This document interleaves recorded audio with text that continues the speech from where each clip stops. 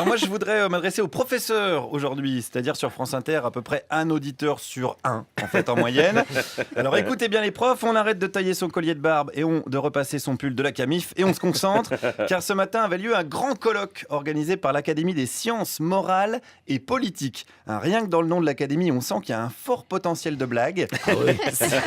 Attendez, c'est pas fini, c'est une académie qui est présidée par Michel Pébreau, ancien dirigeant de la BNP. Et bim, on double le potentiel de blague. Et c'est une académie qui se réunissait pour débattre de la place de l'économie dans les programmes scolaires. Fin de la blague. Je suis passionné. Voilà. Et attendez, ce n'est que le début. Claude, accrochez-vous, on y va. J'y suis allé pour interroger les participants. On commence avec un directeur de lycée technique privé. Qu'est-ce qu'il faisait là ? Eh bien, tout simplement parce que j'y étais invité. J'y ai été invité par l'association Jeunesse Entreprendre. D'accord. Monsieur Yvon Gattaz. Ah, attendez, ça me dit quelque chose, ça. Gattaz, c'était pas un fabricant de pins il y a quelques temps? Ah ouais, les fameux pins, 1 million d'emplois, hein, on connaît la suite, personne n'a voulu des pins. Pierre Gattaz s'est assis dessus, mais c'est les chômeurs qui ont eu mal au cul. Eh bien, Yvon Gattaz, c'est l'ancien président du MEDEF qui s'appelait à l'époque le CNPF. Et Pierre, c'est son fiston, figurez-vous. Ah, la belle méritocratie à la française, comme on l'aime.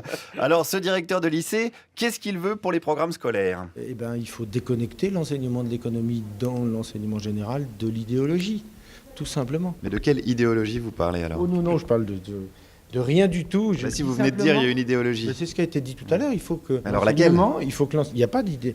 Il faut que l'enseignement de l'économie soit déconnecté des concepts idéologiques. C'est tout. Ouais, c'est tout, mais c'est un peu court, presque, jeune homme. Hein. On a l'impression qu'il veut pas dire les choses. C'est la nouvelle droite, hein, la droite recomplexée.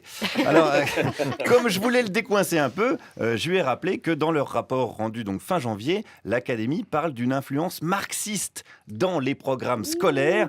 Ah, attention, qu'est-ce qu'il en pense, ce monsieur? Je ne sais pas, je n'y étais pas, donc je peux pas Vous répondre. n'avez pas lu le rapport? Je ne peux pas répondre à cette question-là puisque c'est la première fois que je viens ici. Donc, Est-ce que vous êtes d'accord ou pas? mais ça, c'est pas la question. Ah, c'est la mienne. Voilà, bonne journée, monsieur le directeur. C'est gentil d'avoir répondu. Il est quand même sympa. Hein. Bonne journée, monsieur le directeur, qui fuit, hein, comme Mélanie Bauer, devant une chanson française populaire. Allons voir un autre participant au colloque. Pourquoi cette influence marxiste dans les programmes de vos enfants?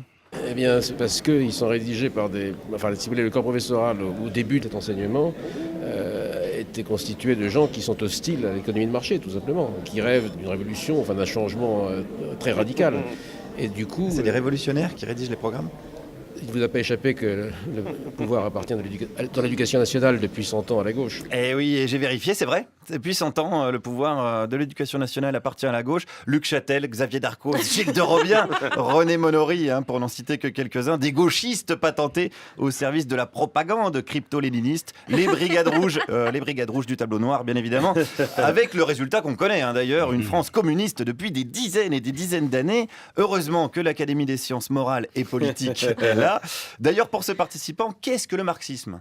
Si vous voulez, le marxisme, c'est une théorie, mais c'est aussi une vision du monde qui va au-delà de la théorie, enfin, qui est une hostilité, en tout cas. Je ne sais pas s'ils sont marxistes. Ils sont peut-être pas assez cultivés pour savoir exactement ce que c'est que le marxisme, en plus. Ceux qui rédigent les programmes?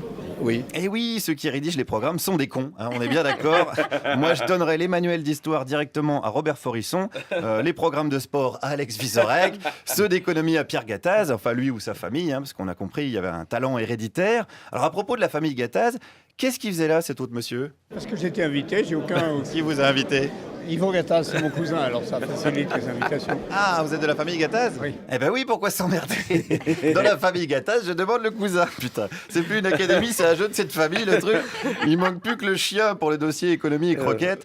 On aurait la totale. Alors écoutons pour conclure les réflexions du cousin Gattaz. Il n'y a pas un jeune que je connaisse qui connaît quelque chose à l'entreprise ou à l'économie, alors il y a quelque chose quelque part qui merde un peu, quoi. Il faudrait enseigner l'entreprise à l'école.